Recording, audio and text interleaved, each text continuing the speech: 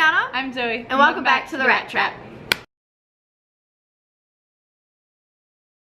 Let's start this week's episode off with national news with Will. Welcome to your weekly national news recap. Today is day 27 of the longest federal government shutdown in our nation's history. And while lawmakers on Capitol Hill refuse to come to a compromise over a federal spending bill, some 850,000 federal workers are forced to work without pay. House Democrats and the Trump White House have become locked in a fierce stalemate over $5.6 billion worth of funding for the proposed southern border wall, resulting in chaos across the nation. From the national parks to the IRS and Customs and Border Protection, essential government agencies are critically understaffed and underfunded. In California, officials have been forced to close Joshua Tree National Park after mounds of garbage and human waste began piling up across the park, and park guests began damaging delicate wildlife. In Atlanta, travelers at Hartsfield-Jackson International, the nation's busiest airport, have been forced to wait upwards of 5 hours in line to pass through understaffed TSA security screening checkpoints. And at the FDA, funding has run out for safety screening and inspection of vulnerable food products, such as E. coli in the nation's romaine lettuce supply and salmonella in the eggs and peanut butter products. All the while, the Democrat-controlled House of Representatives has passed a Senate-drafted package of 6 spending bills that would restore funding to the entire federal government, minus the Department of Homeland Security, pending negotiation on the issue of the funding for the southern border wall. Yet despite this, Senate Majority Leader Mitch McConnell has repeatedly refused to bring these resolutions to a Senate floor vote, stating that he refuses to bring any bill to a floor vote that the president has already announced plans to veto. And so tonight, while the Trump administration remains adamant about the need for border security and congressional Democrats continue to refuse to back down in their opposition, nearly 1 million federal employees will be forced to continue to worry about how to put next week's meals on their families' tables. Thank you, I'm Will Thompson, and this has been your weekly national news recap. As temperatures continue to drop, Sickness continues to rise. so let's go over to Kristen for some advice on that.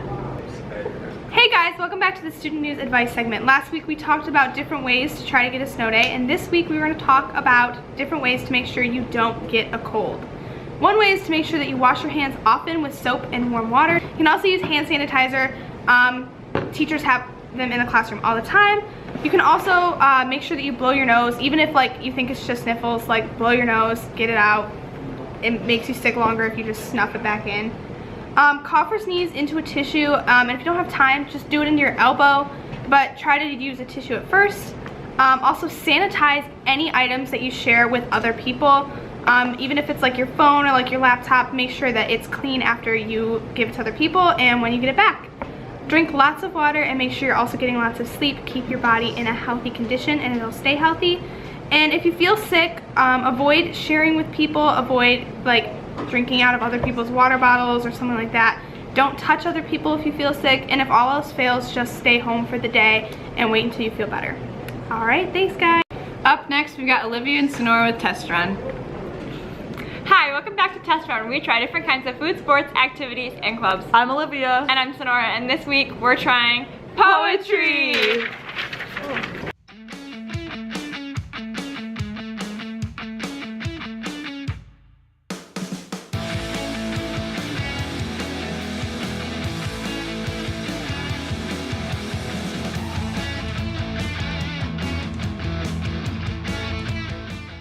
This week we'll be trying out the Poetry Out Loud competition, which will be held on Monday at 6:30 at Black River. We will be competing against other students and Rihanna will be the judge. Okay. I know what my heart is like since your love died. It's like a hollow ledge holding a little pool left there by the tide. A little tep pool drying inward from the edge.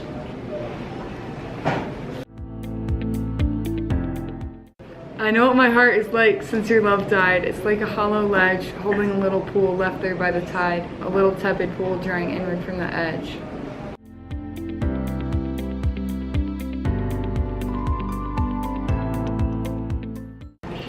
The tide rises, the tide falls, the twilight darkens, the curlew calls. Along the sea sands damp and brown, the traveler hastens towards the town, and the tide rises, the tide falls.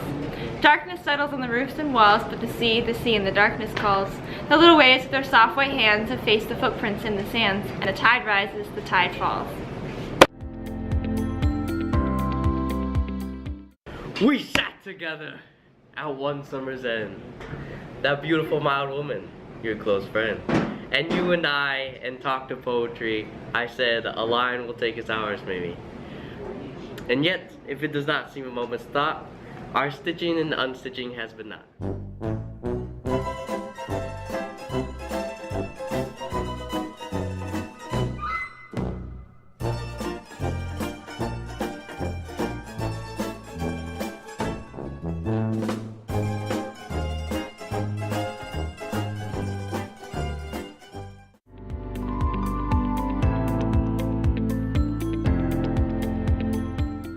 We hope you guys have enjoyed this week's episode, and don't forget about the school-wide poetry competition. It is on Monday at 6:30 in the Lyceum.